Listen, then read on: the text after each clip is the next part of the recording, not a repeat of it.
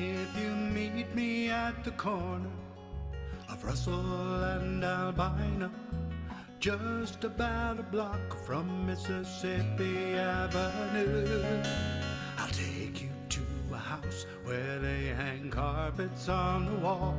And if we go there on a Sunday, there's a song I'll take you through.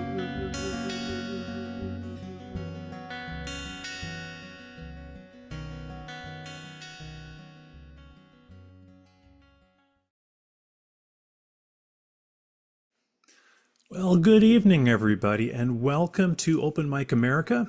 I am Chris Steele, and I'm going to be your host here tonight. Robert Edgar is going to be our interviewer, and Capo Dave Williams is our engineer, the founder of this wonderful show, and also the creator and builder of Dandy Hybrid Guitars, which we'll hear about a little bit later on. Our mission here at Open Mic America is to support your local open mics, where you can go in person to see songwriters performing their original music. And tonight, thanks to technology, we get to travel all around the country and see those same performers in their own living rooms.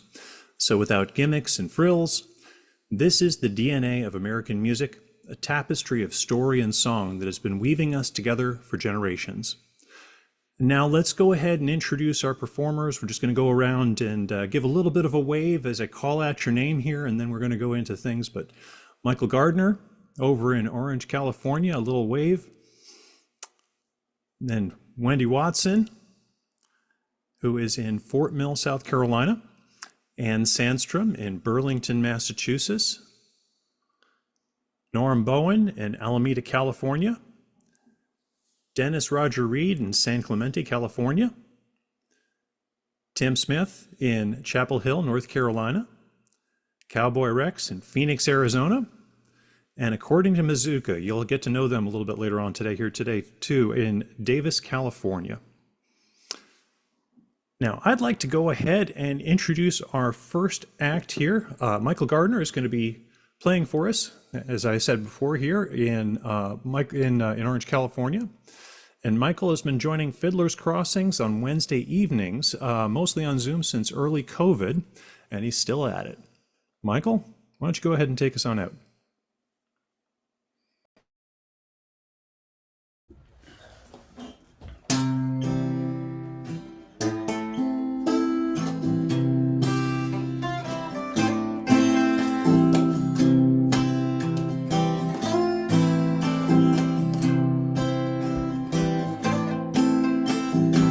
I'm out walking in the summer rain.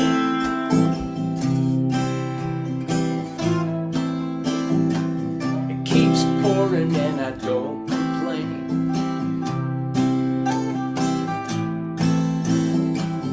Cool water running down my back, a little lightning and a thunder crack or two. I'm thinking about you. I first met you on a July day.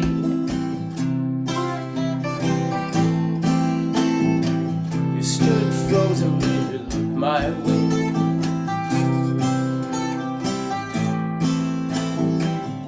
Clouds opened up and washed me down.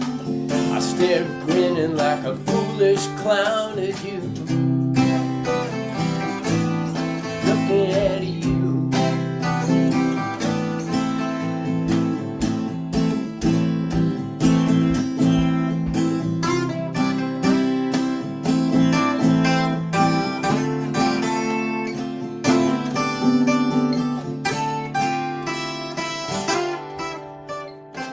I'm still walking now and people stare.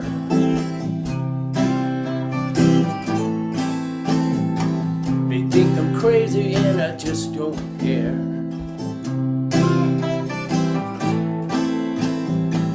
Sweet memories in every drop. I keep praying that the rain won't stop. There's nothing I would rather do than keep walking till I get back home to you. Thinking about you, walking in the rain, splish splash.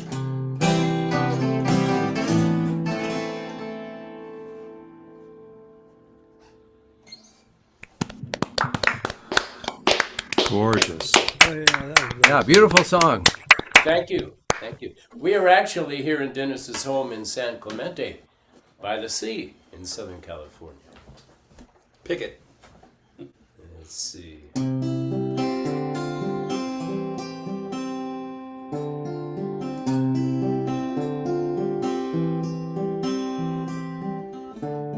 Now you've had your disappointment, got your little fingers burned. No help the kisses or the ointment, so I guess it's time you learn. Everybody gets the blues. Sometimes you win, sometimes you lose. But don't go feeling all alone and harden your heart into stone. Everybody gets the blues. He said he would love you forever, and you believed his every word. One day you look back and remember, that's not the biggest lie you've heard. Everybody gets the blues. Sometimes you win, sometimes you lose. But don't go feeling all alone and harden your heart into stone. Everybody gets the blues.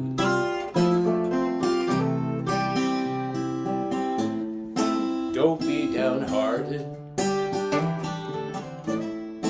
Don't give up hope. Consider these few words when you're at the end of your road. Everybody gets the blues. Sometimes you win, sometimes you lose. Don't go feeling all alone and harden your heart into stone. Everybody gets the blues.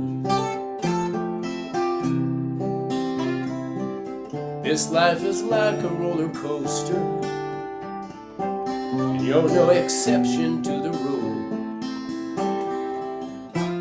The world's not anybody's oyster. Don't bother feeling like a fool. Everybody gets the blues. Sometimes you win, sometimes you lose. But don't go feeling all alone and harden your heart into stone. Everybody gets the blues.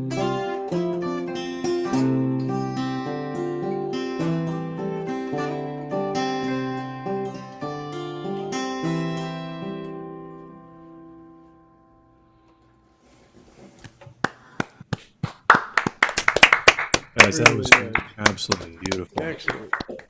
So Dennis, we'll get to hear from you a little bit later on. But Michael, thank you very much for that. It was just absolutely gorgeous. And I'm going to hand you over to Robert now, who's going to ask you a couple of questions.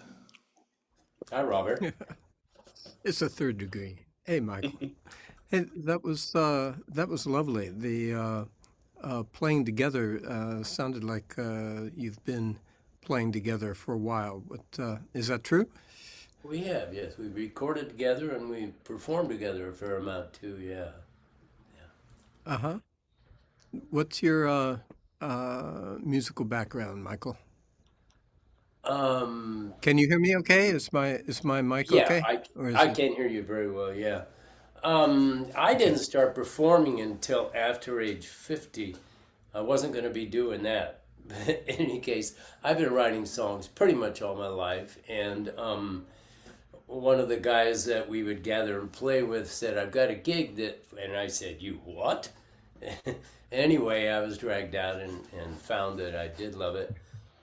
So I had a band called 1 Foot In. We played busily around Southern California for a few years. We have a CD, 2006 CD called Songbook. It's 1 Foot In Songbook. Still available in all the usual places. And that's pretty much it, my musical background. Uh-huh. Yeah. So you've been writing songs for a while. Yeah, forever, really. I mean, when I was a kid, I would making up stuff. I didn't realize that was writing songs. I was just making up stuff. at some point around the early 70s, I started saying, yes, you're writing songs, and started reaching out to publishers and that kind of thing, yeah. And then he got more serious about it over the years, and still writing. I just love that fact, yeah. Uh-huh. What other songwriters do you like? Gosh, who do I admire as songwriters? You know, I'm kind of obsessed with how great Johnny Mercer is at the moment. I've been looking at him, and his catalog is vast. He has hundreds of co-writers, for God's sake. Yeah. But you know, I mean, you know, Paul McCartney. How can you not love him? Harry Nilsson. I just love Harry Nilsson. I don't know, a long list. Uh-huh. Yeah. That's a it's interesting when you don't always get the same list when I ask that question. And the more it gets to deeper cuts, musicians quoting them are often fairly matured as far as the music goes. So, are you? You say you are playing out now in places, or Not not? busily, but yes, Dennis and I did a two songwriters thing a while back, and we have Uh-huh. another one of those coming up. And we were, you know, playing around in coffee places and that kind of stuff. But we're starting to now seek out more gigs. Yeah. Yeah. Well, great. Keep it up. And I guess we'll hear you, Dennis, later Yeah. in this, and so we'll hear some more. Very nice. Liked your things. Liked your playing together, and the the songs themselves were really nicely crafted. Thanks a lot. Thank you. And thank you, Robert, and thank you, Michael. And we'll be back to that room again a little bit later on here. But for now, let's go ahead and move back across the country here and welcome Wendy Watson from Fort Mill, South Carolina. And Wendy spends quite a bit of time with the Wine Room at Afton, Concord, North Carolina, first Thursdays of the month, Hop and Vine in Davidson, North Carolina, fourth Thursday of the month, and Amarardis, Fort Mill, every other Thursday. So Wendy, thank you so much for being with us, and the microphone is yours. Thank you. This is a song I wrote about some jewelry that was inherited from my great-grandmother to my great-aunt, but it didn't have my great-grandmother's name on it. And my cousin asked why, and this is how that all happened.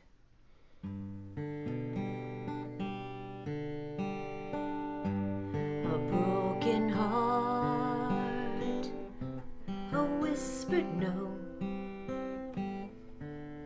on the ground still on his knee. He looked down at the jewelry in his hand and said, Sarah doesn't love me. He sought solace from his friends. They always shared his tears and laughter. Frank and Dora, the only ones he knew, who'd found happy ever after. And as the fireplace was growing dim, he said goodnight and left the jewelry with them. Frank gave Dora all he had to give. He loved her all of time, and he always said Dora made Sarah's jewelry shine. And engraved bracelet and a ring, jewelry with another woman's name. Doris said it didn't matter at all. Frank gave them with love all the same. The children would say, Mommy, tell us once again how Daddy got your jewelry from his friend. Frank gave Dora all he had to give. He loved her all of time, and he always said Dora made Sarah's jewelry shine. I wonder what happened to that man that Sarah left behind. Frank always said Dora made Sarah's jewelry shine. My great-grandpa said Dora made Sarah's jewelry shine.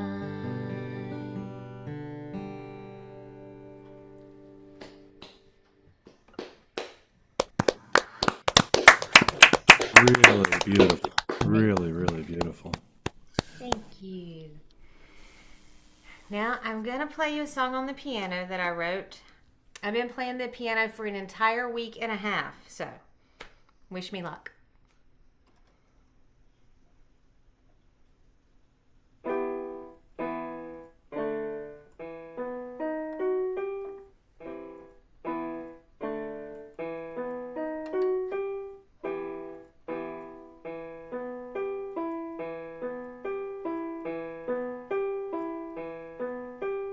Long after stars burn out, we still see their light. Passages of time, reflections and sight. Every mirror holds a side of who we could be. Alice, look through the glass and tell me what you see. One side makes me small. I have paid the price for going down the rabbit hole. Now I need advice from you. What you said I should do. Are these real rules? Telling time on a handless clock. That's a game for fools. Inside, outside, roundabout. Dance with who you see. The images don't look the same, but we're both looking at me. One side makes me small. I have paid the price for going down the rabbit hole. Now I need advice from you. This world is madder than rabbits and hatters, and nothing matters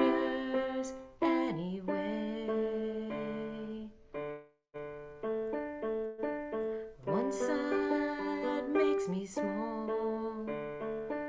I have paid the price for going down the rabbit hole. Now I need advice from you. Tell me what you see when you look at me. The Queen of Hearts is in my head. Alice, since she set you free.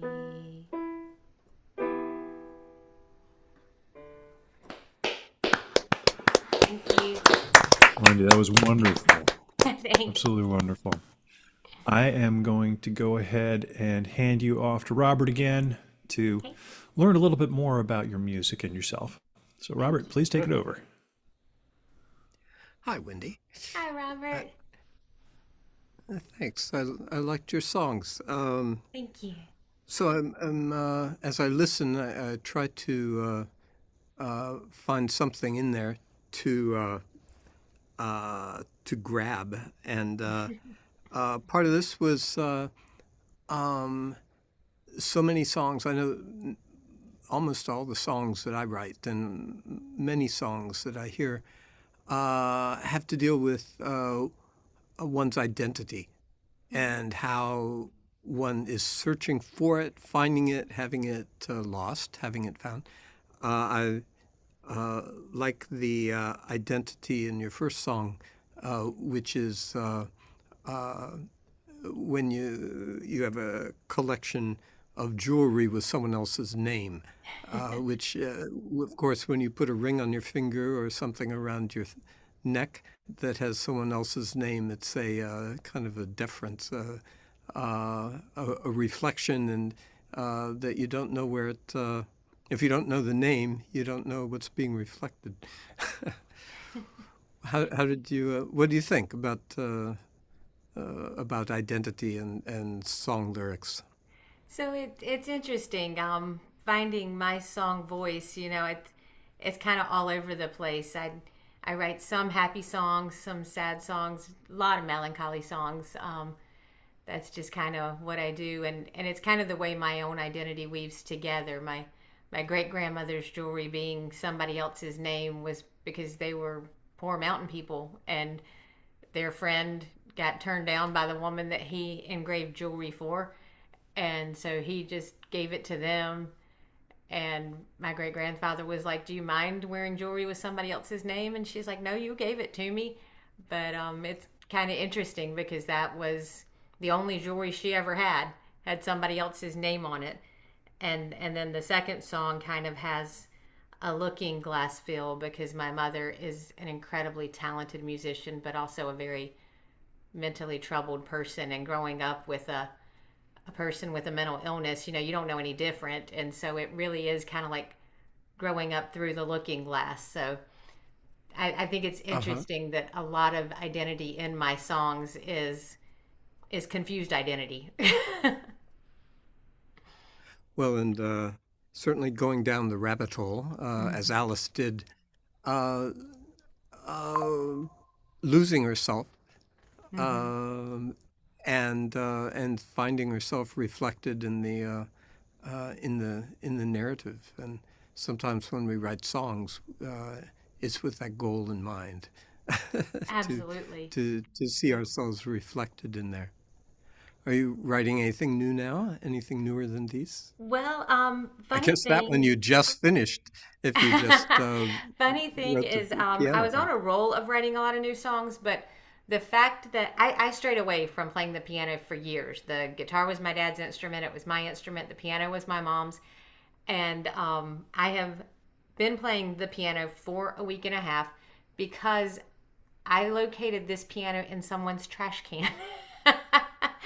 And actually pulled it out of the trash can along with the stand and ordered an $11 chord, and it came on. And I was like, okay, God gave me a piano. Maybe it's time that I stop running away from the piano. So I've watched about 3 tutorials that are 20 minutes each. And so figuring out what I can do on the piano now. So it's kind of stopped my songwriting a little bit to get familiar with another instrument. Uh-huh. But the notes you played suggested that they weren't your first song. They it was nice the way you led from chord to chord in there, and I learned 8 chords in the tutorials. I'm watching this piano superhuman guy who teaches you chords. He teaches you to try to learn to play the piano kind of quickly with just chord progressions as opposed to all of the theory and all that stuff. right, which you stretched into arpeggio, so you've got you work your way through those. Very nice. So do you play in the area where you are there? Play Yes, outside for other I people? do some open mics around here in Fort Mill, Davidson, Concord. I've done some showcases at Catawba Coffee, at Illumination Wines. And then my husband and I, we perform under the name Dear Watson. We just did a benefit at Miracle Park in Rock Hill, South Carolina. Uh-huh. Well, lovely. Hope to hear you again here. And Thank you. thanks for blessing us with a new song from you. Thank you so And keep up much. the piano. Thank you. Bye. Thank you, Robert, and thank you, Wendy. That was a wonderful set. I Thank you. have a distinct pleasure here now. It's always wonderful to be able to introduce a dear friend. We're going to come back north up here to Burlington, Massachusetts, and welcome Ann Sandstrom to go ahead and do our next set here. Ann, over to you. Hi, Chris. Nice to see you. Wendy, that was very impressive. If you get a chance, send me the links to those videos because I struggle with keyboard and it's embarrassing. So this song is based on something that happened, or inspired by something that happened 6 years ago.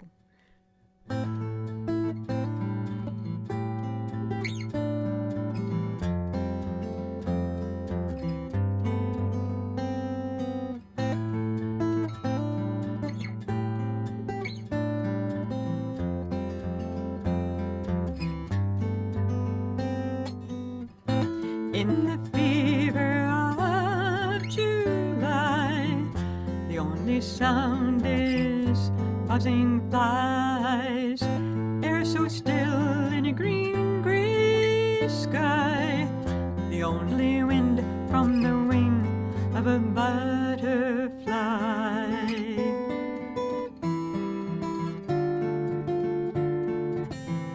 The only wind from the wing of a butterfly.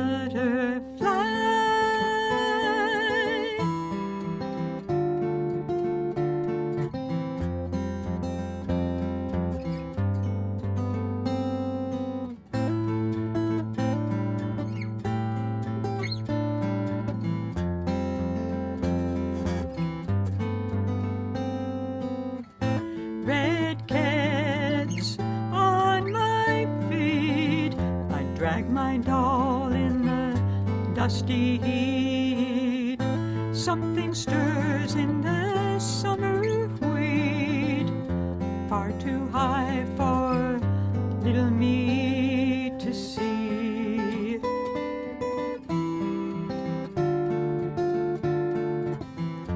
Far too high for little me to see.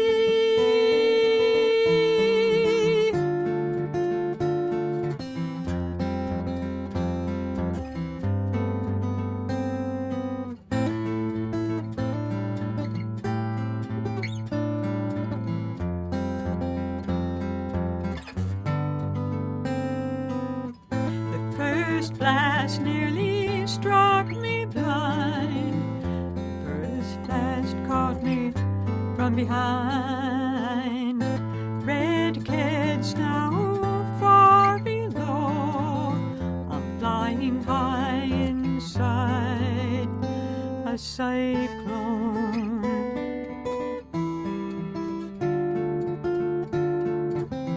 I'm flying high inside a cyclone.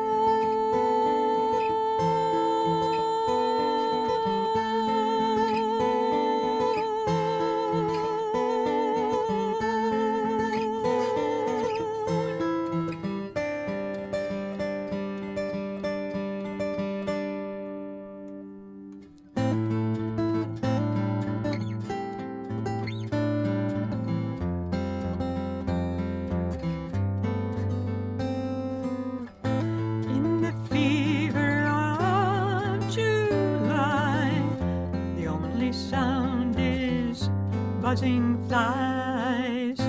They're so still in a green, gray sky. The only wind from the wing of a butterfly.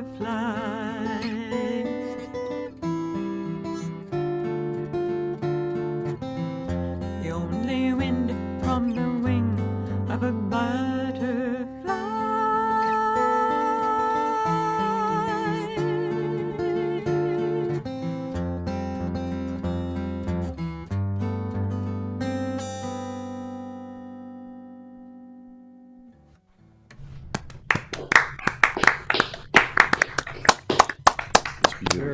That's beautiful.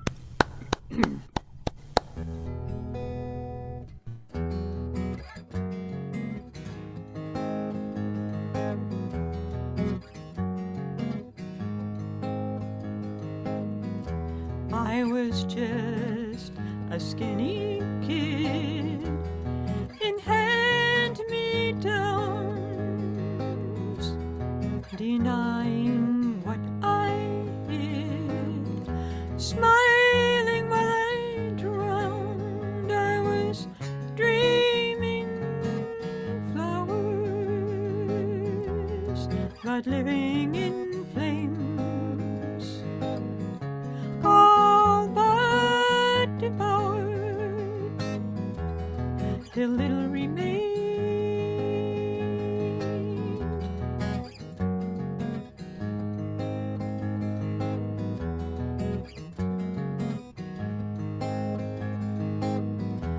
I was just a young girl, bumbling through my days, stumbling through this cold world in a dangerous maze. I was dreaming romance,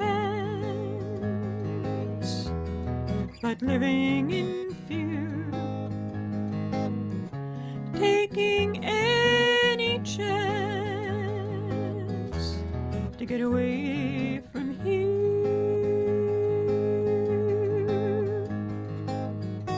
On the edge of everything is where I sing. On the edge of everything is why I sing.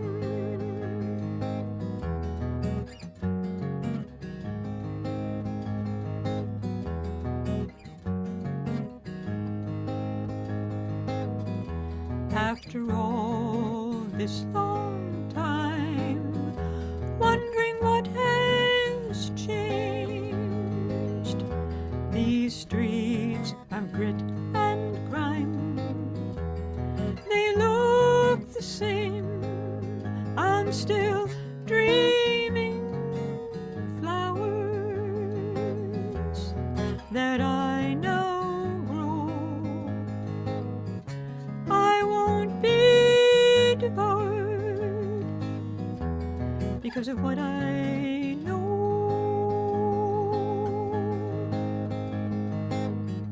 On the edge of everything is where I sing. On the edge of everything is where I sing. On the edge of everything is why I sing. On the edge of everything.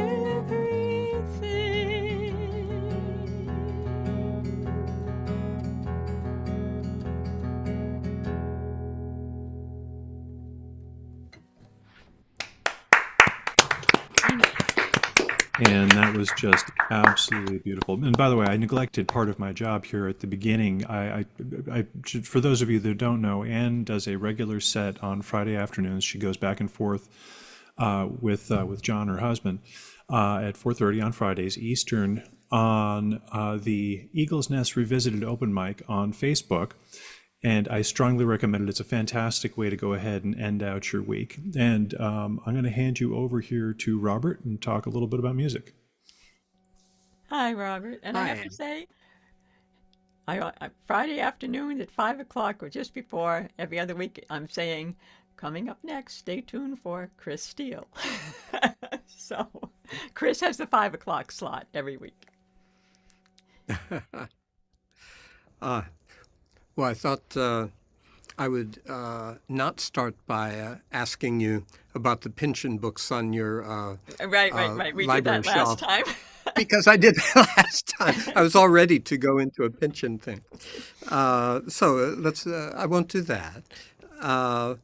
I'll start by though noting how clear and clean both the singing and your playing is. Absolutely beautiful. Just beautiful to the ear Thank to you. hear them. Yeah, Yeah, my thank husband you. and I are always having Um, discussions about he says your playing is so clean, and I'm like, but I still make mistakes. It's not like some of the virtuoso people that I admire. But then you listen to someone like Pierre Bensoussan, who is very emotive, and his guitar playing is very intricate, but it's not perfect. uh-huh. Yeah, it's different. My daughter Meredith Edgar has very perfect playing when she plays, and it's finger picking and like yours. When I hear her, it's always done perfectly. When I play a lot of different things, but it's it's looser. Let me use the term loose for the way I play, Uh-huh. and but it's a different sound for sure. Hmm. Hmm. The question for you is songs that look back and characterize or capture some things that went on in our past. And I Hmm. find it is when I try to start a song, or usually something that strikes me as a subject, it's because it's open ended, and it was from a moment or an event or a time that was divergent. And in the role of songwriting is sometimes for me to convergently go back and pick from there without having everything stay convergent. Does that make sense? Kind of daisy pick things here and there, but then have them so that they, coming from a single, perhaps, event or time, uh, bloom out from them. Well, the second song that I did, "The Edge of Everything," actually does that to some degree. It knits together a bunch of different scenes, memories from my past that have nothing to do with each other. Um, I think I've stated here before. For most of my songs, as I'm playing them, there's a very visual component to me. It's like it is a movie playing in my head, Hmm. and it's always the same movie for a song. And for example, the third verse of "The Edge of Everything," I see a very specific place on a very specific street. I don't know if other people Hmm. do that, whether they have the video or not, but not the same video as me, obviously, but whether they have Same, videos for their not the songs. same street, perhaps. Right. But Yeah, I don't. um, absolutely. Well, I have a background in film and video, so I tend to think that way, Mm-hmm. and it tends to trigger that in me. A Right. kind of synesthesia is something that Right. I go after, and I think Uh-huh. it's something that, as far as age goes, all kids have, and we tend to filter out as we get older and more linear and specialized. But Right. songwriters, musicians, artists are people who tend to hang on to that and keep that sense of one sense triggering another, and the beauty in that as a practice, you know. Right, right. It's a The useful thing for us. It's a very useful thing Yeah. for a songwriter to be able to cross those boundaries. hmm Yeah, songwriters and poets. I think correspondences is a piece. Um, so, what are you and your husband are playing out and around? Is that Yeah, we've got 2 more Porch Fests in September. Porch Fest, I don't know if they have them in the other parts of the country, where a community will, people in a community will open their houses, especially porches, but maybe yards, and it's become quite the thing here in the Northeast. So we've got 2 more to go, and those we do together, and it's a lot of fun. uh Yeah. That's great. Here, I'm in the Bay Area in California and around Silicon Valley and whatnot.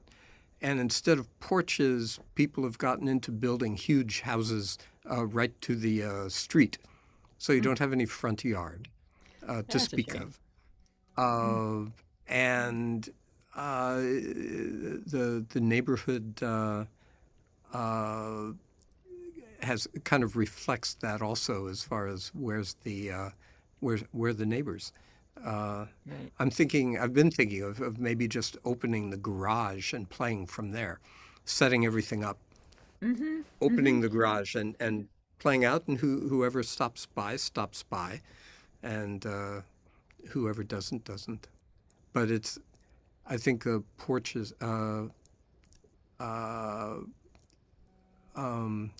playing on the porch for everyone who walks by and for yourself, of course, is Yeah. a natural, beautifully natural thing. That Definitely. I'll see you again. There's a new Pynchon book out, so I'll Okay. be reading that between And now and then. and next time I will do a song kind of about synesthesia. You'll Oh, see. excellent. Excellent. I look forward to that. Thank you you very so much. much. So, Anne, thank you so much. And Robert, at some point, we can talk about urban planning, floor area ratio, and what it means with regards to having front porches. But in the meantime, I'm actually going to call Norm Bowen to the microphone. Norm is in Alameda, California, and does open mics in San Francisco at the Folk Music Club Zoom and in person. Also Fireside Lounge, Alameda. And then when we were asking for open mics that he was at, he also snuck in, oh, and by the way, I've been playing at the Cave Cafe in Paris. So, Norm, with that introduction, would you please join us on the microphone? Yes, thank you. So great to be back. I'm really, really happy to be here, see some of you, some old friends. Terrific. So I'm going to start with a relatively new song. That's actually, it's related to the first song I sang here on Open Mic America a year ago, which was called My Grandmother's Guitar, which is what you see in the background, which is my grandmother's original guitar, and the song was built around the guitar and my relationship to her. This is a song about her daughter, and it's also set in Pasadena, the same house as mentioned, and this is a song called Teddy and Lydia. It's about my aunt, her teddy bear, and her nephew. So here's Teddy and Lydia.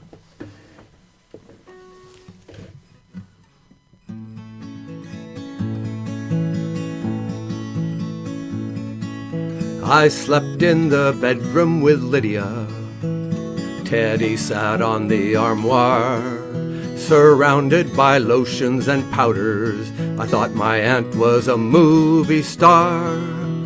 Lydia consulted the Teddy when making her plans for the day, and recounted Teddy's opinions and repeated what Teddy should say. Lydia got Teddy in childhood, He accompanied her everywhere. They chatted away quite happily. Teddy had his own favorite chair. Lydia said Teddy was fragile and getting along in years. I should never play rough or rowdy or carry him around by his ears.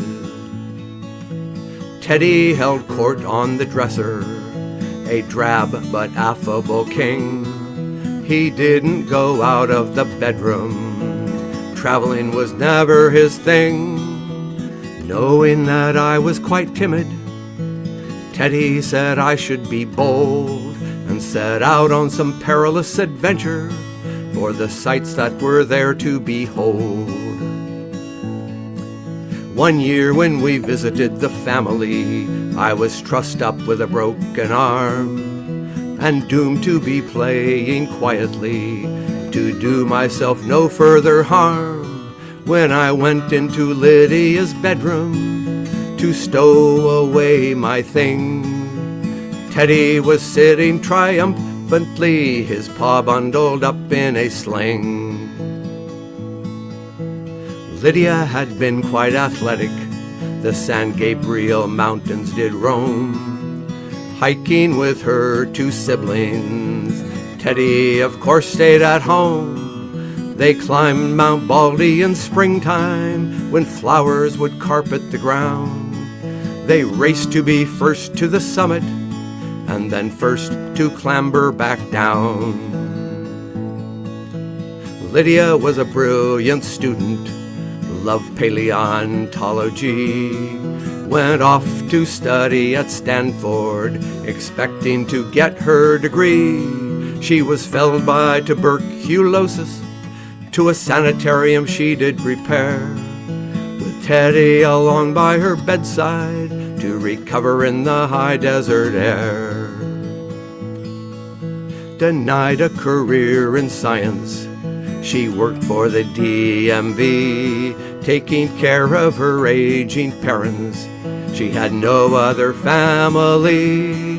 They lived in the craftsman cottage, constructed of round river rock. The Iceman came on Thursdays, delivering a couple of blocks. Teddy was there at her bedside the day that Aunt Lydia died. She had failed to mention the walnut-sized nut till after it metastasized. They did all that was physically possible with the medical care of the day, but they had no cure for the illness once it had gotten away. They dumped the pressed flowers and notebooks from long ago botany haunts, the pottery shards and arrowhead chips from old archaeology jaunts, the pictures of cactus blooming on impassable Baja roads, the novel with all the rejection slips that was easy enough to decode.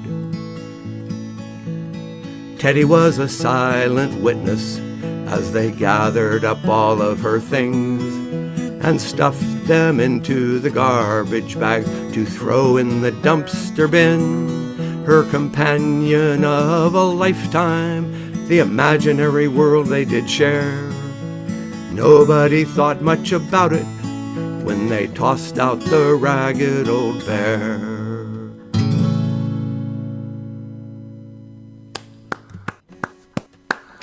Very nice, Tom.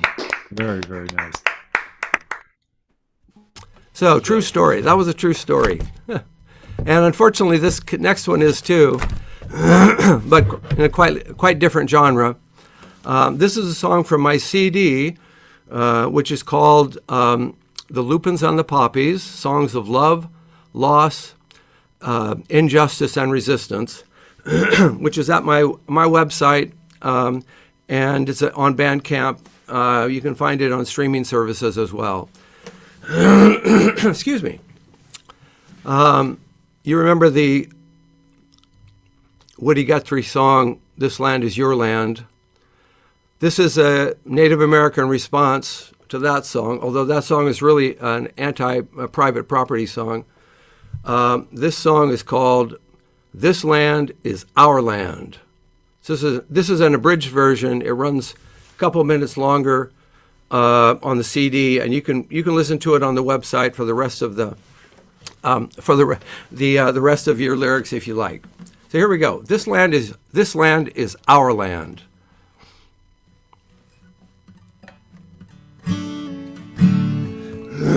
Excuse me. This land is our land. You stole it from us with your guns and with your lies. You said that we would live like brothers, but you planned for us to die. This land is our land. You overran it, poisoned the rivers, despoiled the earth. Your crimes are far beyond description. Your sovereign word of little worth. You first enslaved us on your mission, claiming that you would save our souls. We were imprisoned on your ranches, worked in your mines to free the gold. You did not hold this land in honor, did not respect this hallowed ground. You only stripped it of the treasures, mined and chopped the forest down. We signed the treaties under pressure, but you did not keep your word. You herded us to reservations. Rapacious settlers were not deterred. You sent the soldiers to protect us. They did not come to our defense. Instead, the soldiers, they did abuse us. No white man paid for his offense. Your vigilantes tracked our people. They could not tell us apart, and so they'd murder with abandon, collect the bounties, and then depart.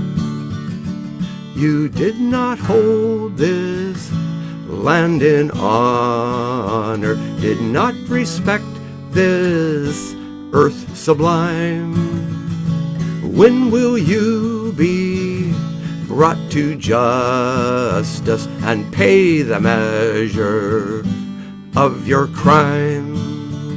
You took our children from their parents, sent them away to distant schools, banned our language, our faith and clothing, made them work and obey your rule.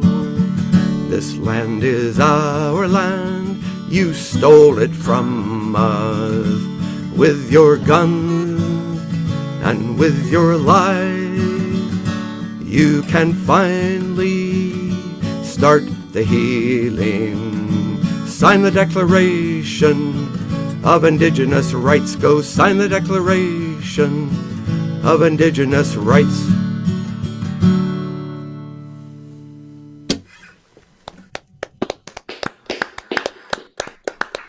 No, that was fantastic. That was just fantastic. I'm going to hand you over to Robert now, who's going to talk a little bit more about those songs, your process, and maybe some of the words behind them. Hi, Norm. Hi, Rob. Always happy to hear you. Yeah, just down the bay a few miles. Yeah, I'm in Redwood City right now, so I'm even closer. Yeah. What do you think? With obviously the what America has done to its indigenous people is something that's current and it goes back a long ways. Right now, we're in the position of all over the world having these types of cruelties practiced in a number of places. What what can be our roles as songwriters and performers nowadays? How do you think it's different from the It's a 60s, good right? question. Yeah, so I see myself as in the tradition of storytelling folk singers. My heroes are Woody Guthrie and Pete Seeger and Tom Paxton and Utah Phillips, people in that and of course the great John Prine, storytellers and those who were often reviving the what I would call the truth, the historical truth. There are 6 racial justice songs on my CD, and I'm a retired professor. I got back into music a lot more after I retired, and I just saw how ignorant students typically were of their own history right here in California. Everything in the second song is derived from California history, and people just didn't know, or they knew in general about it, but they didn't know the specifics. I have another song on the CD that's about a specific massacre, and for the squeamish, it's pretty vivid, but people just don't know, and they still don't know. And we're living in a worse situation now because I would say at a time, a few decades ago, at a time when newspapers were required to correct mistakes that they made. They don't have to do that anymore, and they don't. And social media continues to. There are millions of people out there that don't think Obama was born in the U.S.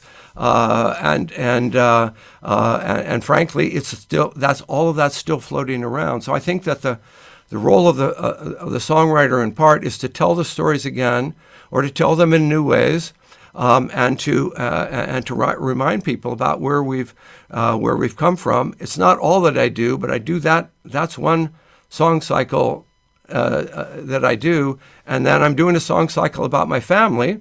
And you've now heard 2 of those songs. One is my grandmother's guitar, and this song about her daughter, my aunt, that portrays the historical context of them coming to California from back east, the struggles that they faced, and what concerns me, and this is in fact where Teddy and Lydia is coming from, the fact that the newer generation is dispensing with history, their own history, and history in general. So that a lot of I have a great collection of letters and photographs going back to the mid 19th century, and just don't see in the next generation that's likely that anyone's going to be interested in that anymore, and thus. The story of Teddy is a true story. At the same time, it's a metaphor for what I'm trying to do as a songwriter. How about there's also a problem in that if there are older songwriters who want to get to a younger generation of listeners, if they try to put on the music of the younger generation, it's usually wretched. It's hard to jump, and there's very little authority that one brings with it if you leave behind the style that is yours. Well, Bob, what I would say reply to that is anytime I play, there's almost always an older person that comes up to me and says, "Hey, you're the first folk singer I've been able to follow the words of, because I try to enunciate. I'm clear. The music does not overpower. It's not. It's typically a story So it's easier for us hard of hearing to to follow for that reason as well. And but it is storytelling, and yes, I believe I'm old fashioned, but to heck with it. I'm having fun. I think there's still very important stuff to say. Some of my racial justice songs on the CD are more recent. There's one about Willie Mays trying to get a house in San Francisco. There's one about what we owe people who were not able, before 1968. And frankly, there's a lot of racism in the housing business today as well. And so that raises the question, which is on my CD, is what do I owe my neighbor, the one who was not able to move in? Yes, we still have to have that conversation. That's not out of date, no matter how old we are. Yes, right. That's a conversation that needs to continue. We've got to do it, and we need to continue with our own authority, and not. I think not. The stylization is something that I think is an open problem. I don't have a solution for it. It's not that I think, we should no longer play C down on the first fret. I think that, one needs, if one is going for style, it can't really be that you're imitating a style that isn't yours to begin with. But it's the problem of getting to those people who are only listening to that. I mean, of our generation, we could go to the radio, right? With at least in the late 60s and 70s, we had radio stations that would start to be progressive and play music across the that was listening from our generation. And now, well, we have more sites, perhaps like this one, that are putting our music out, but not the mass media that was there before. That is a different type of content that's going out. Well, the mass media got wise and shut down the folk singers from their perspective. Yeah. Took care of that.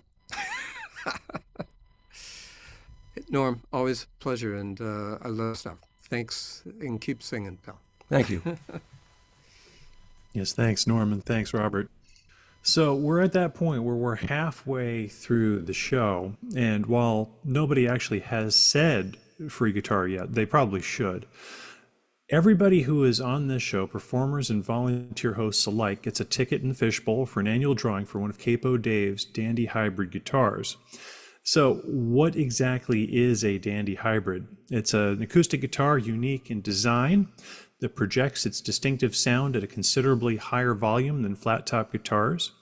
Whether it's at an open mic, a circle jam, campfire, or an open boxcar on a moving train, which, by the way, security will get you for, a Dandy Hybrid delivers. So learn about the Dandies and hear them played on the website, dandyguitars.com. Although I strongly suspect that Dave's going to want to actually show you one right about now. Dave, over to you. Thanks, Chris. Coming up on year 4 of my Dandy guitar project, and right now building number 40 and 41. And recently had the pleasure of a visit from Bob Edgar, who is our interview guy and one of the performers on Open Mic America, came to visit and wound up a Dandy owner. And we went to an open mic together. And I can tell you some of their jaws fell off the floor when they saw some of the stuff that Bob played. He's got some very, very strong stuff. This one song is called Orchids on the Orinoco. Do I have that right, Bob? Yes. Check it out. Anyway, he made some recordings for me, and he's playing his Dandy guitar, that number and some other numbers that's on the website. And I'm really, really proud of the work. It's studio quality stuff, and really enjoyed seeing it. And visiting with Bob is a pleasure. To see him playing this stuff live in my room was a real thrill. We had a really good time. But just a little bit about anybody that doesn't know about a Dandy guitar, the Dandy guitars that I built. It looks like a flat top guitar. And, actually, why do people call it a flat top guitar when a flat top guitar is not actually flat? It's not. A flat top guitar's top soundboard is coaxed into an arch, really a dome, with a radius of 30 feet. So if you stuck a nail in the road and hooked a piece of rope to it and walked out 30 feet and scribed a chalk mark, you'd have an arc. That's a pretty shallow arc, but it's on purpose done there, done to the top to make it project sound, like the way speakers are shaped that way. But the Dandy guitar, the top is at a 16-foot radius. So it's nearly twice as high an arch dome is what's going on there. And the other two things that set these guitars apart. Number one is the Dandy guitar has 0 fret.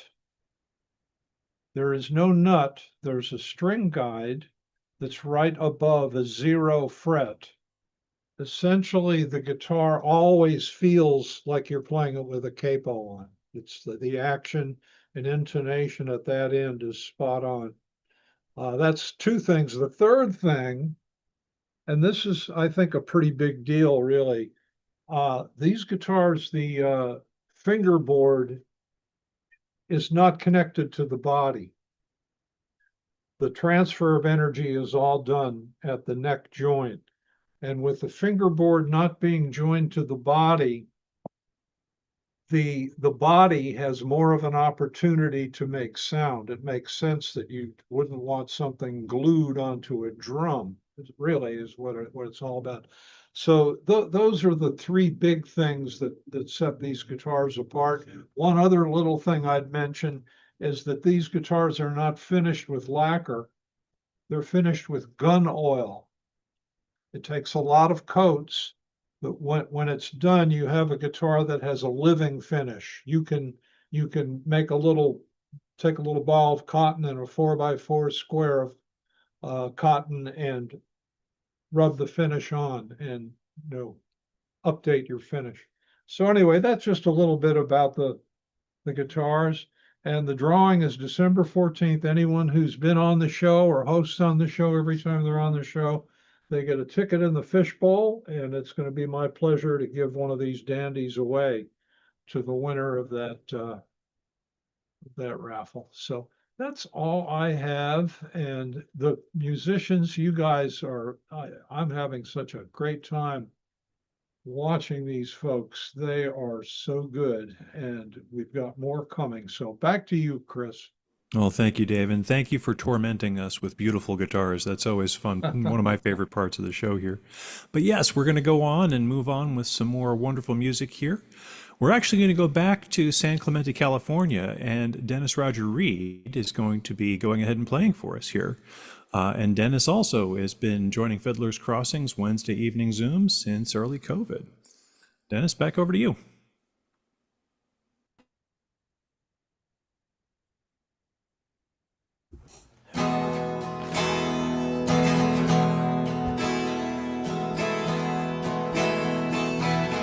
Don't wanna kiss you, don't wanna hold you tight, don't wanna touch you, don't wanna stay tonight,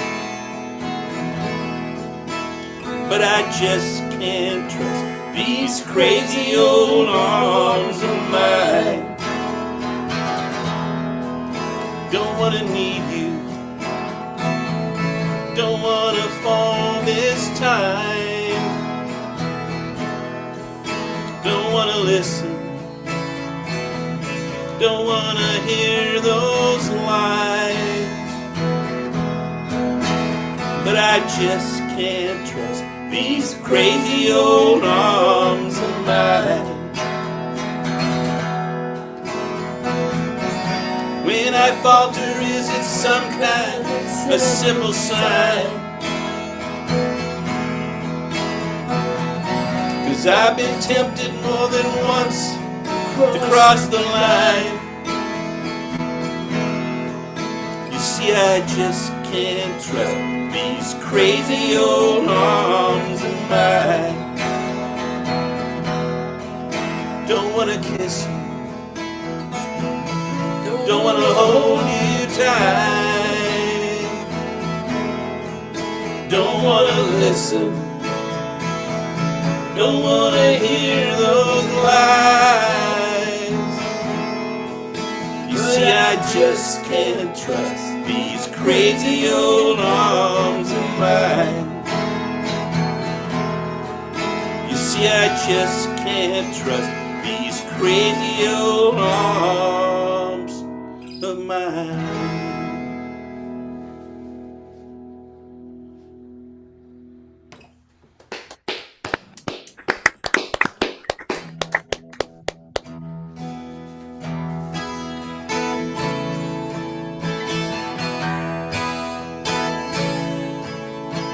I never believed in love at first sight. I didn't think love was blind, till I met you, and it was true. I had to change my mind. Right from the very start, you always had my heart.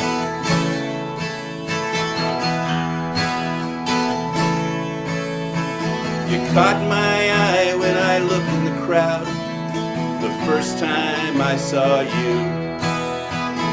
What can I say? I couldn't look away, 'cause that's what love will do. Right from the very start, you always had my heart.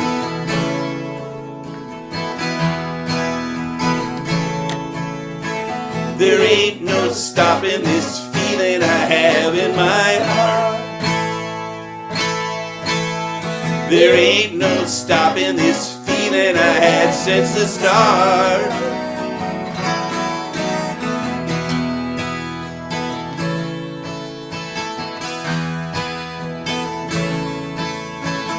Do you believe in love at first sight? Do you think love is blind? 'Cause if you do, I agree with you, it happens all the time. Right from the very start, you always had my heart.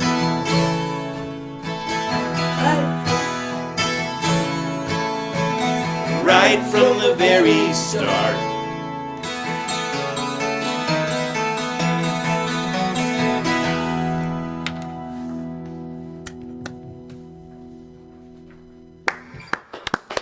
Damn, Dennis.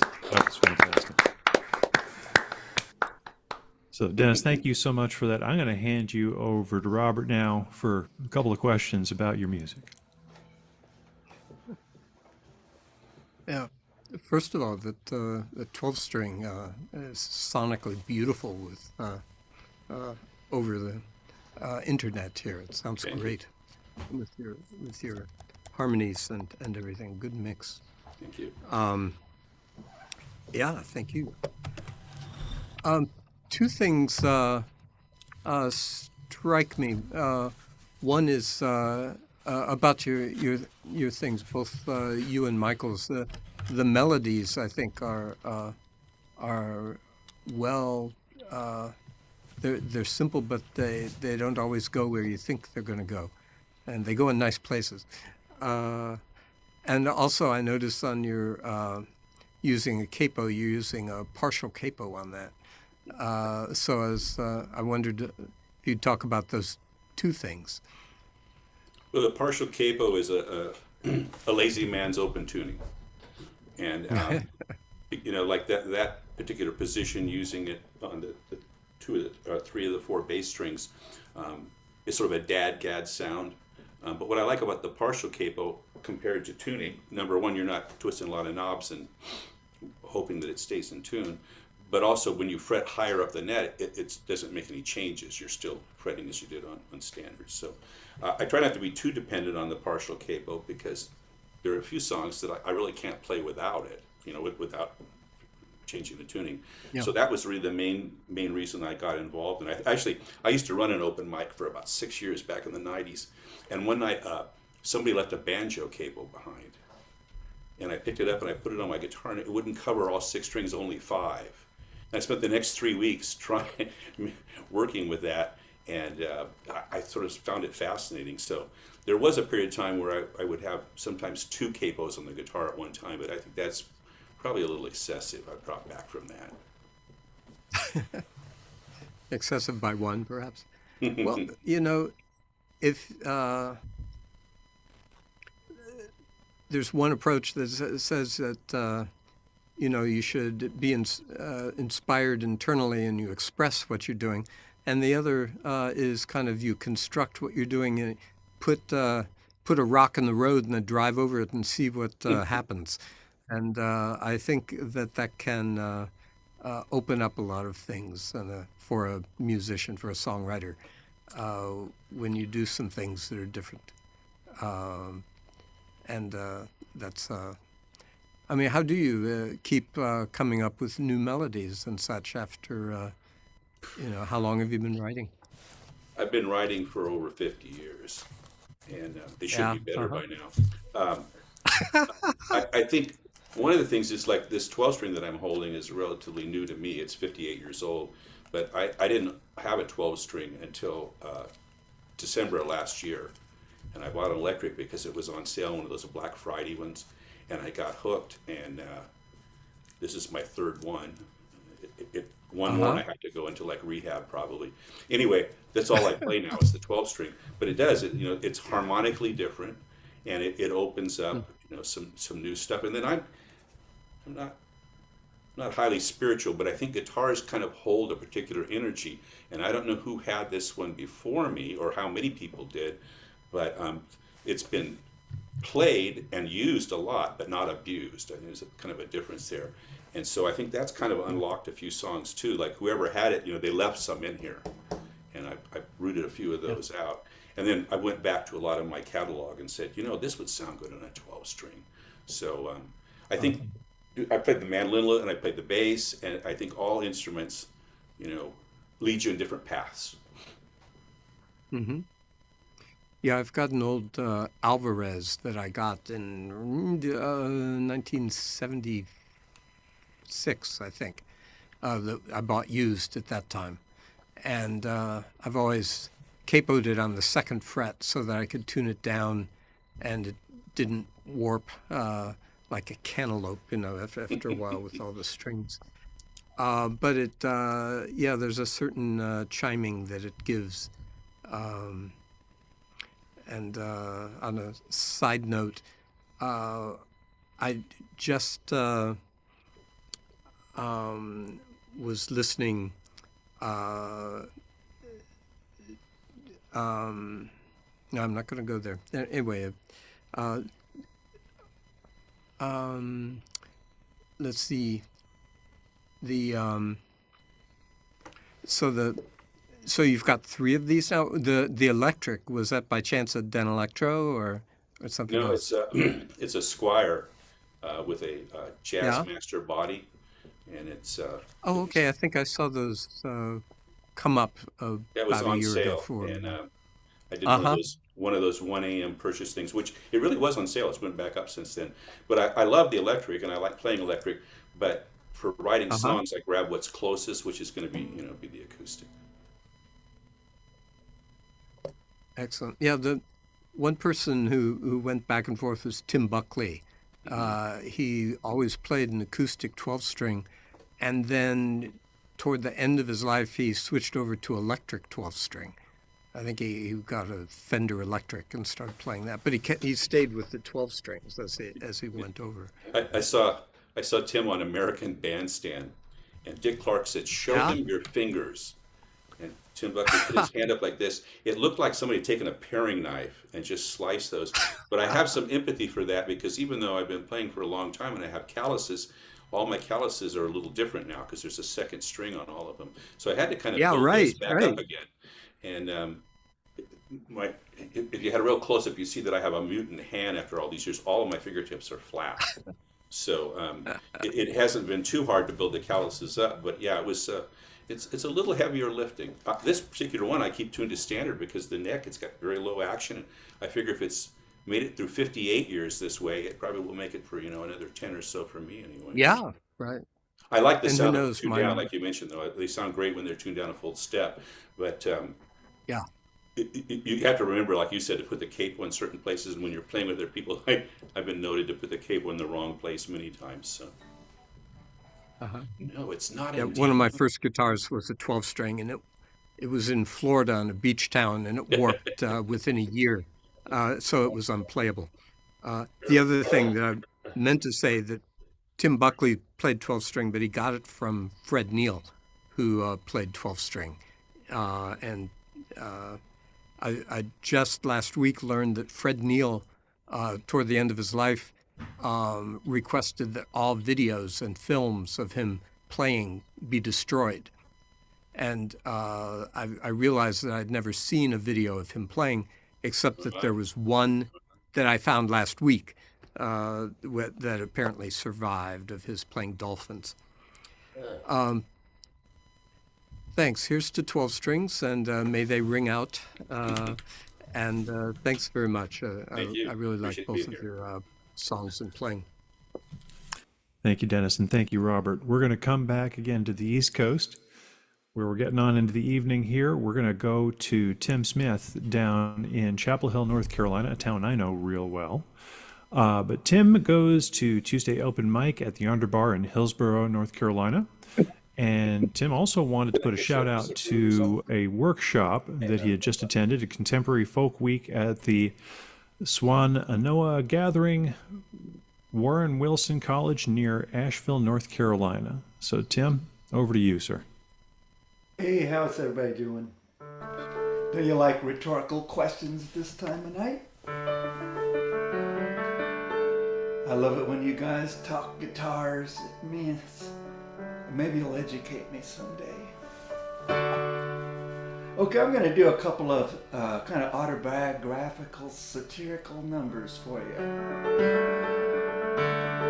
Starting with this one about the guy who invented Toastmasters International, who was born in my hometown, Waverly, Illinois, population 1,400. Our little town's famous. My old man said to me, don't you know we're the birthplace of Ralph C. Smedley? He's the founder of Toastmasters, and he made a club to teach everyone in the whole wide world the way to make a speech. And today, it's so exciting. Uptown in the square, they're dedicating a monument, and we gotta go up there.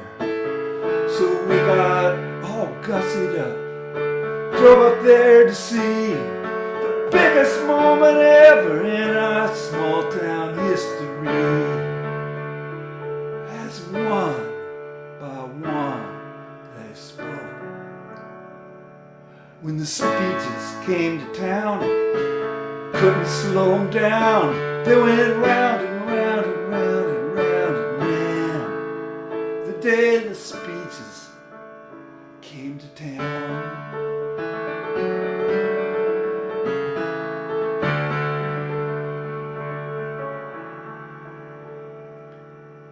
And their suits and their lapel pins, with their posture and their grins. At the podium they nattered on, right here's where it began. And for a 9-year-old like me, I really have to say, I never was more deadly bored than I was on that day. As one by one they all spoke. The day the speeches came to town, you couldn't slow them down. They went round and round and round and round, round and round and round and round and round. The day the speeches came to town. Years later, in an office, they had a Toastmasters club. An ever so earnest co-worker suggested I join up. I'd rather not repeat for you the exact words I replied. He had no way of knowing I'd rather watch paint dry. Yeah, dude, this'll be really fun. Just like the day the speeches came to town, and you couldn't slow them down. They went round and round and round and round and round and round and round and round and round. The day the speeches came to town, the day the speeches came to town.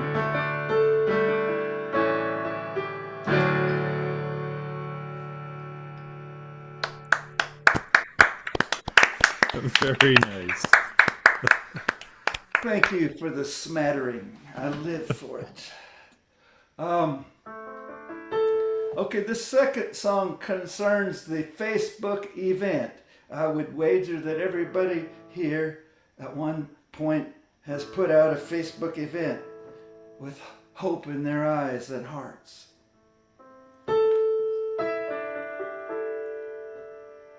Here I am, all by myself, singing my heart out to no one else, putting my ego through a private hell. Oh, but you were interested. You were interested. I invited you all on them social medias, hoping maybe I would see ya. At least maybe 2 or 3 of ya. You said you were interested. Holy smokes, you were interested. Interested, but not enough. Interested, but you didn't show up.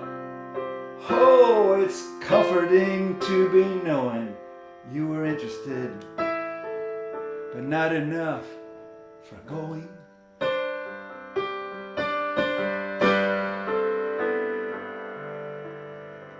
Hey man, you know I'd come if I can.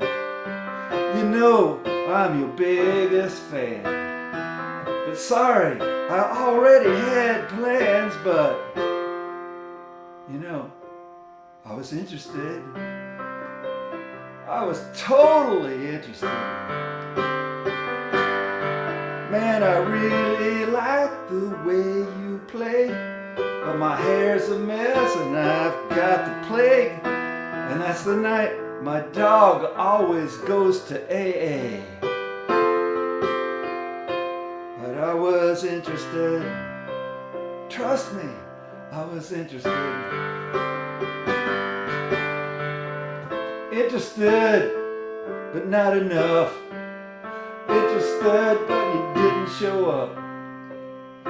How comforting to be knowing you were interested, but not enough for going. Here's the interlude. For no reason in particular, it's the interlude. For no one in particular.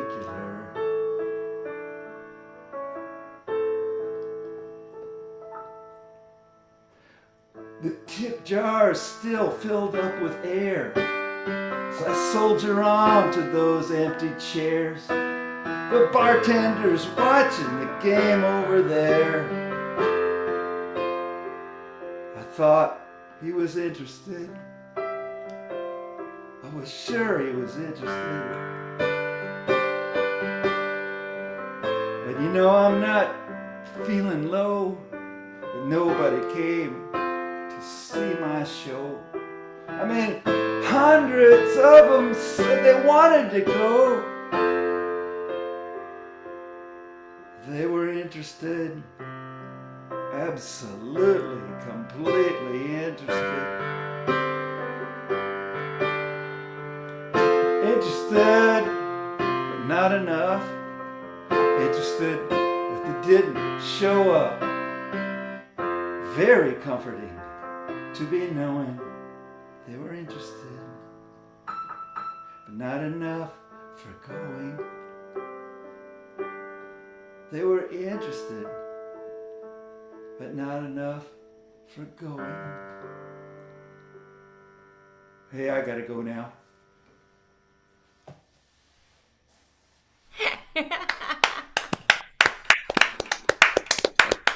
Very nicely done, Tim. Well, let me hand you over to Robert, and I'm sure that there's a little bit of exploring here that we want to do there. Robert, over to you. Well, I never thought of that. I've always had such a crowd when I've played that, I just have no empathy for that at all. I can't imagine anyone here relating to that. Where do you come up with these things, Tim?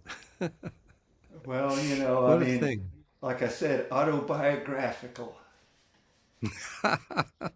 Yes. Theoretically, As in hit by a car at some point. We lost Tom Lehrer this last week.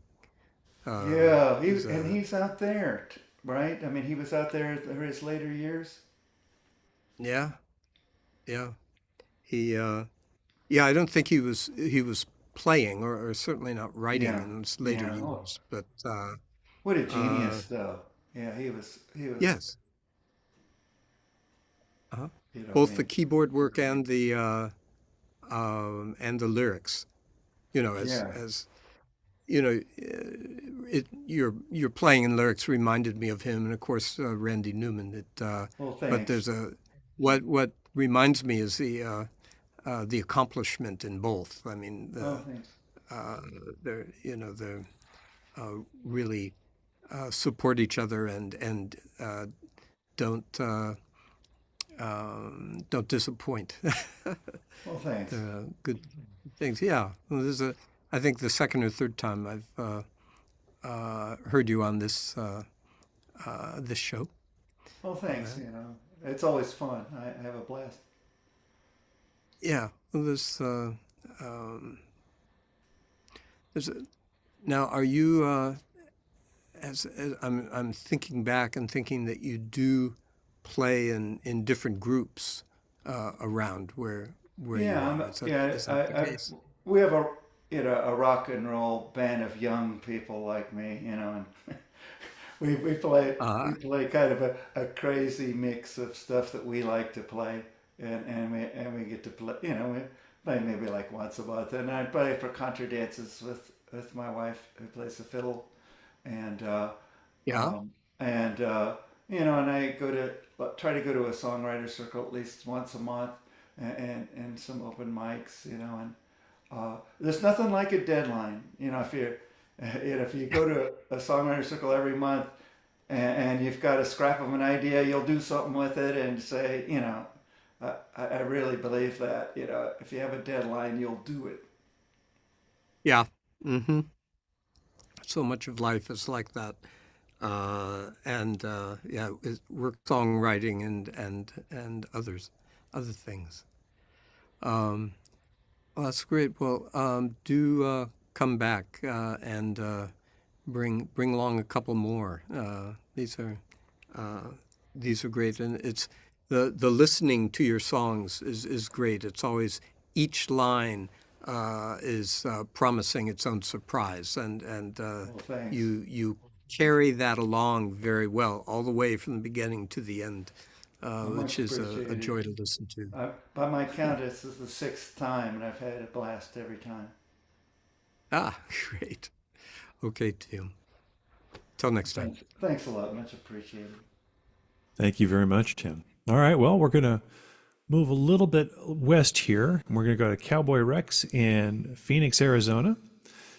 And Rex is very commonly at the Arizona Live Music Cooperative and Tempe Center for the Arts walk-in on Wednesday nights and the open mic night there.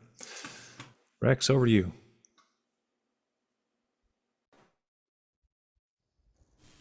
All right.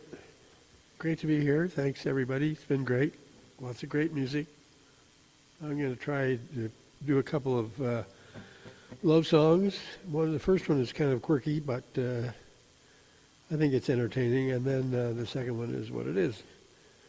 I have to confess, I wash my hands and I can't do anything with them. So that's my excuse for all the guitar mess ups I do. But anyway, this is, here we go.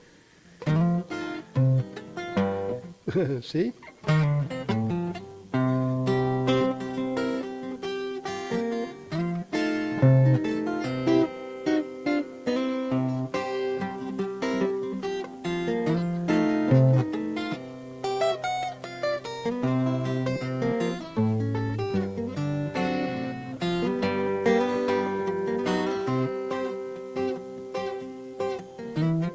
You're gonna be the death of me. My imminent demise is plain to see. I'm gonna lay down and die right here. If you don't fall in love with me. Oh, I love the way you fix your hair. Yes, and I love that skimpy little dress you wear. The only thing that would be better for me is if it was hanging up in the closet right over there. Ooh, somebody please call the fireman. I believe, no, if this place burns down, you're to blame. 'Cause as you're walking down the street, the sidewalk's bursting into flame. And somebody please call the policeman. I believe a crime's about to start. 'Cause you done broke into my soul and you're about to make off with my heart. Oh, you're gonna be the death of me. Me and the Grim Reaper been keeping company. I'm gonna lay down and die right here. If you don't fall in love with me. Oh, lo-lo-dee, lo-lo-dee, lo-lo-dee, lo-lo-dee. Come on, somebody. Please call the fireman. If this place burns down, you're to blame. 'Cause as you're walking down the street, the sidewalk's bursting into flames. And somebody, please won't you call 911?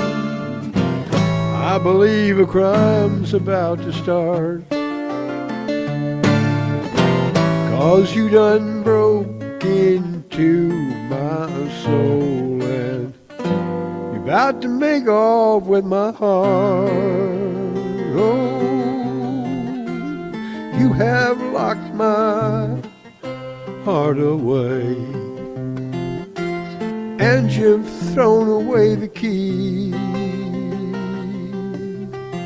I am a prisoner in the jailhouse of love. I don't want to be set free. Yes, I am a prisoner in the jailhouse of love. I refuse to be set free.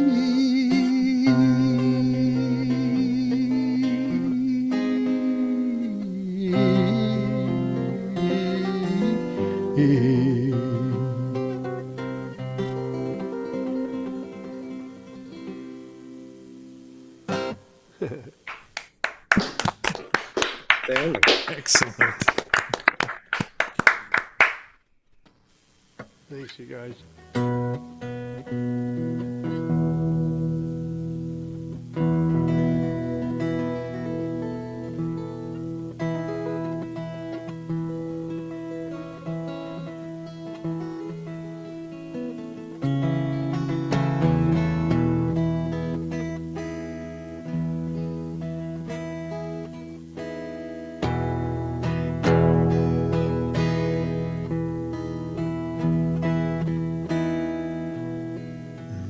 In the twilight, she sits all alone, and she's lonely.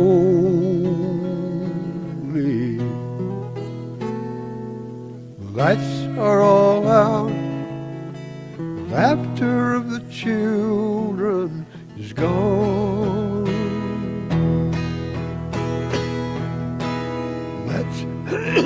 That's when she takes from her tattered, torn heart raggedy memory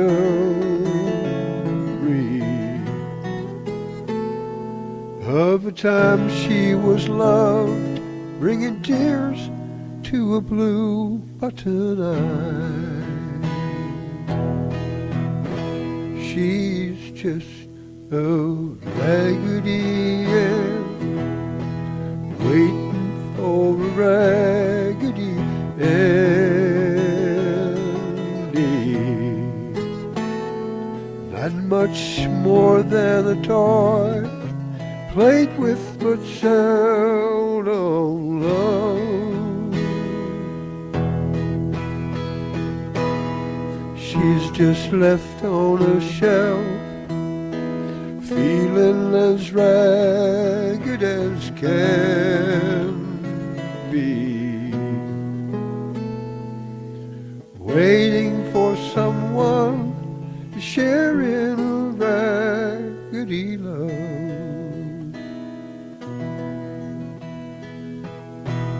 Well, she remembers the way that he smiled when he said she was lovely, and the way that he held her, it made all her cares fade away. But she tries hard to forget how ragged he looked when he told her how he hated to leave, how he wished that somehow he could stay.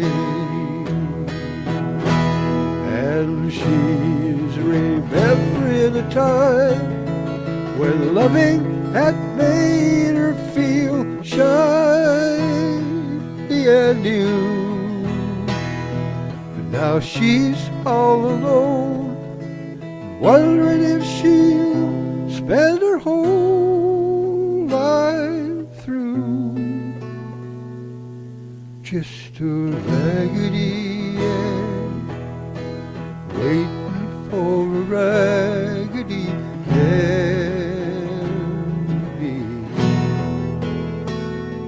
Not much more than a toy, played with but seldom loved.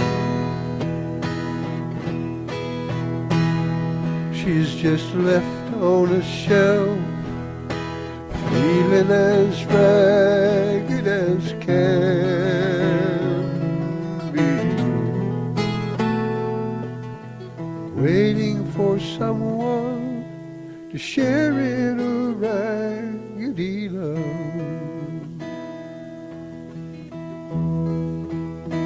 She's just a raggedy Ann. She's just a raggedy Ann.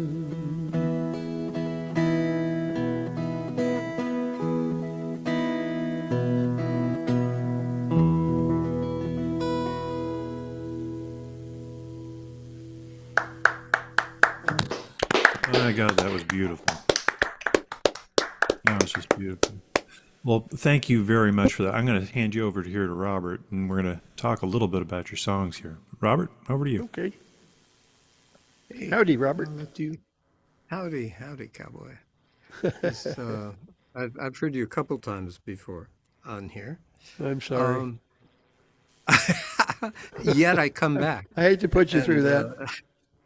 Yeah, But they keep letting me play. Hey, the only reason I'm here Yeah. is to be in that fishbowl. I want to win that guitar. that well, having a one of Dave's guitars, or they going through them, they're wonderful. So I Seems hope like you a wouldn't finger mind. style guy would really benefit from that. Yeah. Exactly. Yeah, they come out, and one of the they have a lot to give. I think the strumming in itself is they have more to offer than that, but they'll strum very nicely too. One of the things I noted was that for your finger style, in any given song, you'll go through about 5 different genres of finger style sources, Whatever works. and which comes in, very beautifully, because you've melded them all obviously into your style. Where did you go for your sources of finger style to learn to play those? I'm self-taught, and but I did when I was a kid. I had a record player that had 33 and a third and 40. They have different speeds, It also had 16, and so I used to put Joan Baez records on there and put it on 16, so I could figure out how she did what she did with the guitar, and I learned how to finger pick from that. I started learning to. Yeah, and that was, and you've got the finger picking, but also the strumming, and you integrate them at the right times. I think so you do a great job of bringing your listeners' ears through the song as you move Well, from that's one kind of the style idea. to another.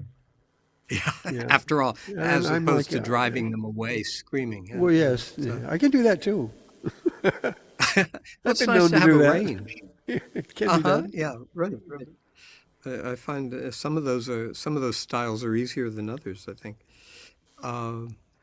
Yeah. So you're playing around the Phoenix area. How's you have smoke in the wind right now? No, No, not really. I Not don't know. here. No, it's blowing away. Not here. There's a big fire about 150 miles from here, but no smoke. No, we don't have any smoke here.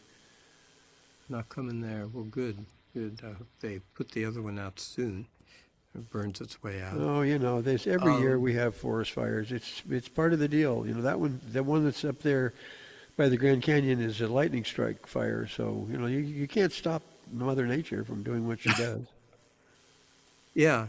It's hard to ticket her at this point. Also, the other thing is writing a song about someone that isn't part of you. In that like the last song, you have a touching portrait of someone, but it isn't a lost love that you've had. At least it's not presented that way. It's third person kind of thing, but is very beautiful in the way that it tells the story and allows you, the third person somehow allows you to get closer in some ways than if it were too personal. Yeah, my goal as a performer, I guess I would say, and I am a singer songwriter, so I do mostly my own stuff. But my goal is to touch people's lives through music, and I think like that second song, or the first song is kind of just silly, but the second song, I think everybody has lost somebody that's never coming back, and it's maybe a little bit painful to remember them, but they're worth remembering, and that's just part of life.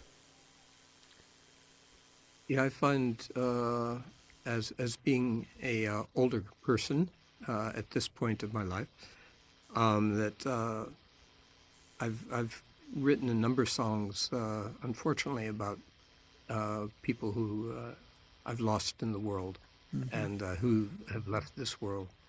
And I think at our age, at my age anyway, it's a place where you can go for that is still very divergent, because there's nothing like losing someone when they pass on, to have something that still is open-ended. It always seems that way, and writing a song for that experience is something that maybe helps, maybe Well, the love finishes never, something. the love between people who lose one another never leaves. The love is still there. It's just not not in person anymore. But you still have the heritage of all of that you went through with them, good and bad, and that's kind of what that song is about. Is losing somebody that was so kind and wonderful to you, and then hoping that you find another. Yeah. It's gorgeous song all around. Thanks, Well, thanks. And I'll see you next time. Always enjoy your music. Thanks. Thanks, Robert, and thank you, Cowboy. All right, folks, don't go anywhere. We've got one more act for you here tonight. I am now going to go ahead and bring up Richard and Renee, who are together known as According to Bazooka, based in Davis, California. And they perform regularly at the Performer Circle on the fourth Tuesdays over in Davis, California. So please go ahead and welcome According to Bazooka. Folks, over to you. A 1, 2, a 1, 2, 3.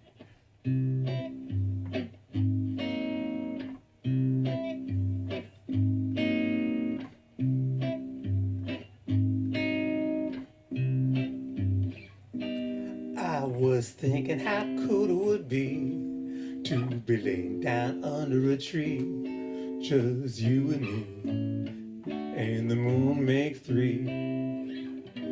We would leave our trouble behind, sit back, relax and unwind, just you and me, and the moon make 3.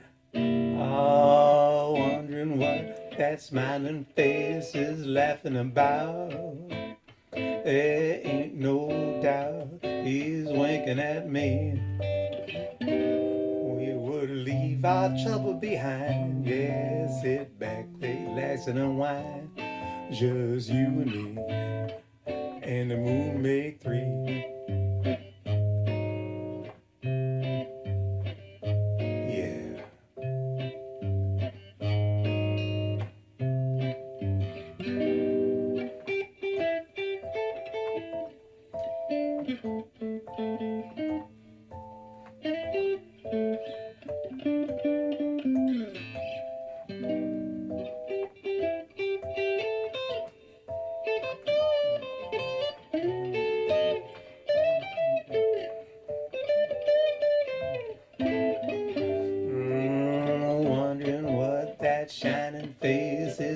laughing about. There ain't no doubt he's winking at me. We would sail all night in my boat, and I'd sing you every song I ever wrote. Yeah, you and me, and the moon made three. Yeah, the moon made three.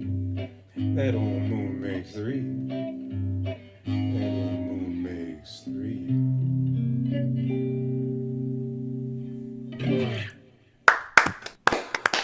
Thank you, thank you. Awesome. This next one's called 1 Foot. 1, 2, 3.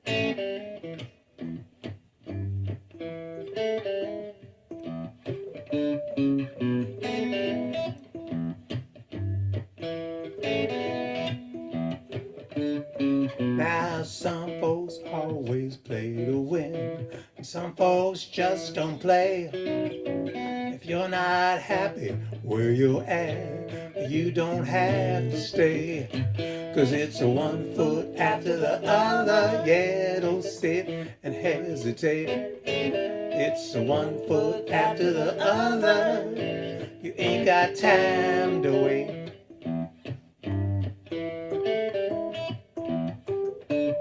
Now 1 step starts to make you move, and 2 steps do the same. The giant steps are what it takes to change the whole ball game. 'Cause it's a 1 foot after the other. Yeah, don't sit and hesitate. It's a 1 foot after the other. You ain't got time to wait.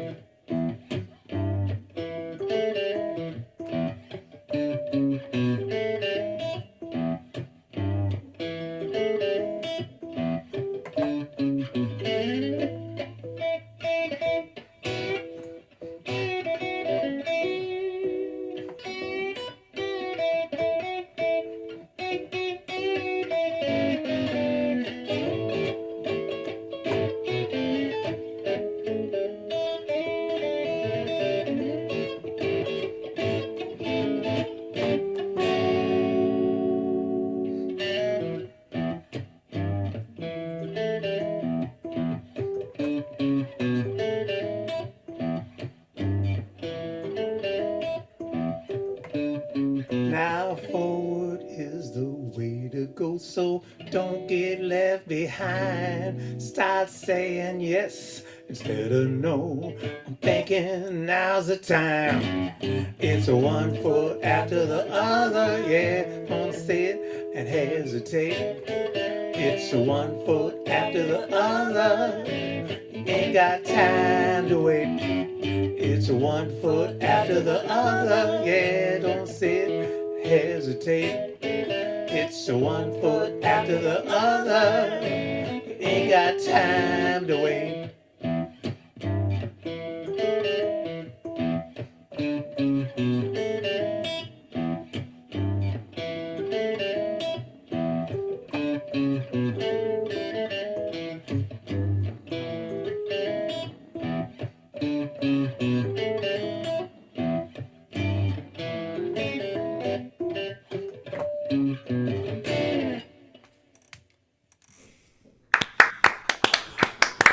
That was great. Oh, that's fantastic. That's fantastic. Folks, thank you so much for that. That was wonderful. I'm going to pass you over here to Robert, who will go ahead and ask you a little bit about your music. Go So, ahead. oh, lovely. Great couple tunes there. So, do you have a jazz background there with No. kind of through in the guitar? No, No? not at all. Who are you? What background do you come from? What Listening to folks? Beatles? All Yeah. right. A little McCartney in there, perhaps. I can hear that now that you It, mention it grows out from there. So, I mean, starting Oh there, yeah, right. and then go add another Uh-huh. 60 years of information. Yeah. So you've been playing since the Beatles? Yeah. Uh-huh. That and what type of have you been playing electric all this time, or do you go back and forth, or what you been Yeah, doing? play different things, electric, acoustic. I also play bass and do occasional keyboard stuff, harmonica, all Uh-huh. sorts of things. Have you been in Davis all this time, or have you moved around? We've been in Davis, for the last 30 years or so, but before that, we just Uh-huh. traveled around as a child. Uh-huh. On freight trains. No, not really. Just a child and the guitar and Yeah, moving through. with a backpack. Uh-huh. Uh, they're better backpack guitars now than Yeah, they yeah, were yeah. back Backpack when I guitars. was that time. What where do you play around Davis? Um, Go ahead, Renee. Renee knows. Oh, I mean, we play kind of around the area. We're based kind of outside of Sacramento. So about Uh-huh. a, there's a place called uh, Roostaller Farm, which is in the next town over. Really cool spot where they make beer, and they've got just kind of this place where people gather with all families, and a big spread of chickens walking around and all kinds of stuff. We like to play there, and well, then we might travel over. Like we're playing in Palo Alto at an arts and crafts festival coming up this month. Um, Oh, we're great. heading over to Capay Valley for a house concert, which is about an hour from where we live as well. Uh-huh. Um, any other places I'm forgetting? Oh, Sacramento, of course. Yeah, just How's the music scene in Sacramento I mean, for you know, singer-songwriters? well, there's I was thinking about they've got an open mic there at the Fox and Goose that's been going on for years and years. Gosh, I don't know, easily 40 years, I'm thinking. Um, but we typically play with five of us all together. So we're doing two of us today. Richard's a songwriter, but we oftentimes will perform with the whole group, and I usually play accordion, and we've got violin and upright bass and drums that we'll go out and perform with. And it's all Um, original, so. so in Sacramento, Uh-huh. I mean, there's little breweries and wineries around. Those are frequent places to play, and there's the festivals like the Chalk Festival, which is like a fundraiser for arts in the school, and we've done that a couple of times. And um, there's a lot of little clubs and things. There's a lot of little places to go and play for sure. Uh-huh. Well, that sounds good. That sounds good.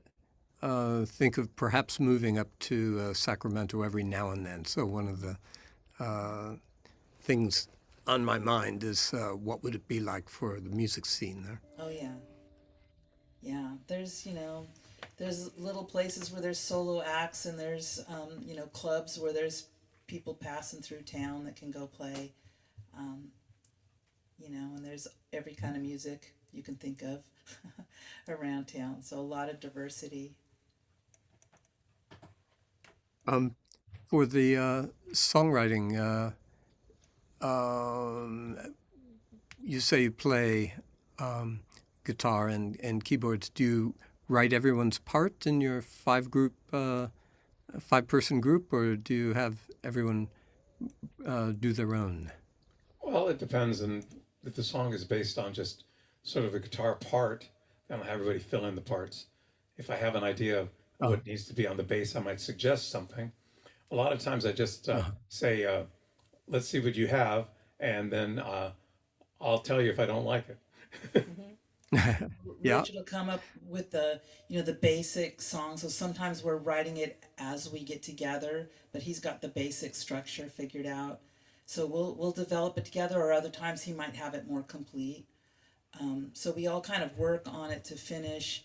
And as we're playing, we might say, "Oh, this would be a great place for a little breakdown," or maybe we'll, put a double the chorus here.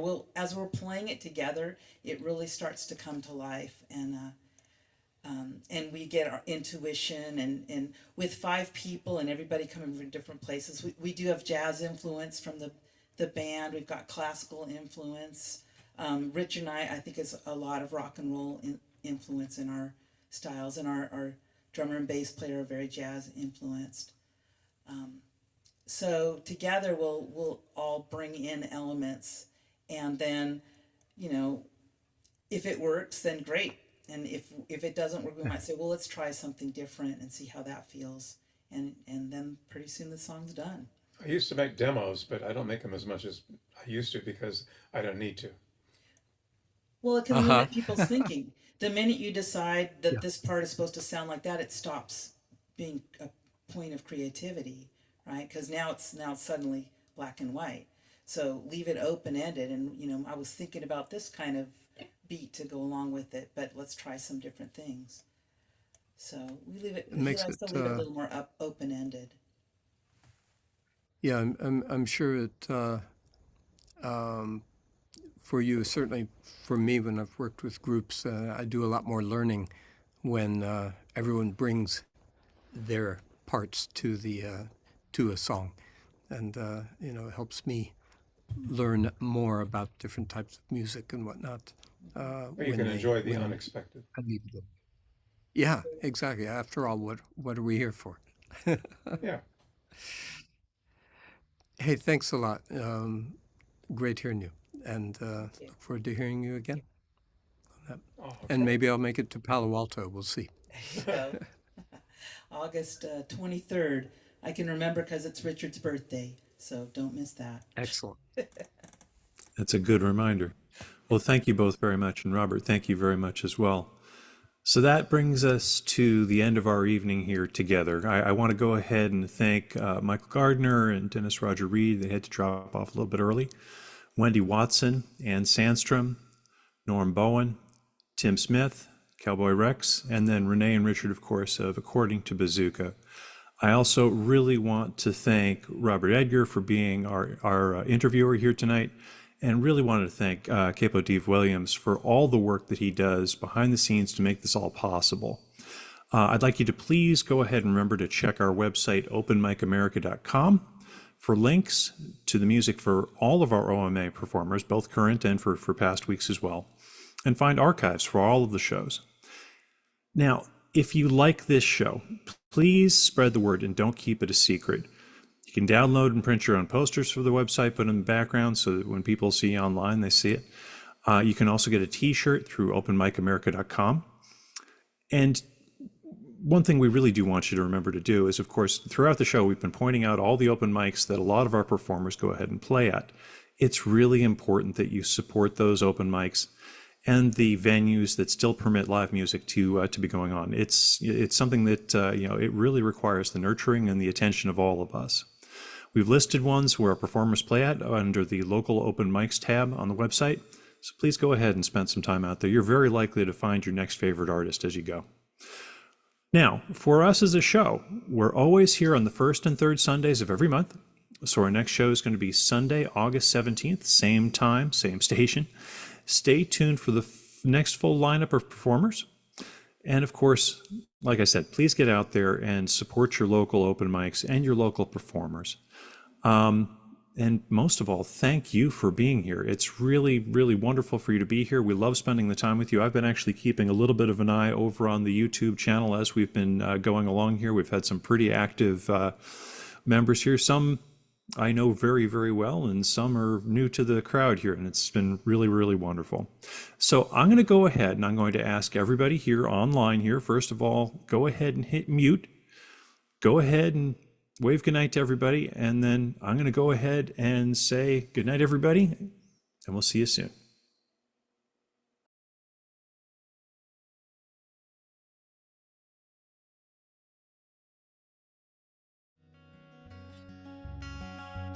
If you meet me at the corner of Russell and Albina, just about a block from Mississippi Avenue, I'll take you to a house where they hang carpets on the wall. And if we go there on a Sunday, there's a song I'll take you through.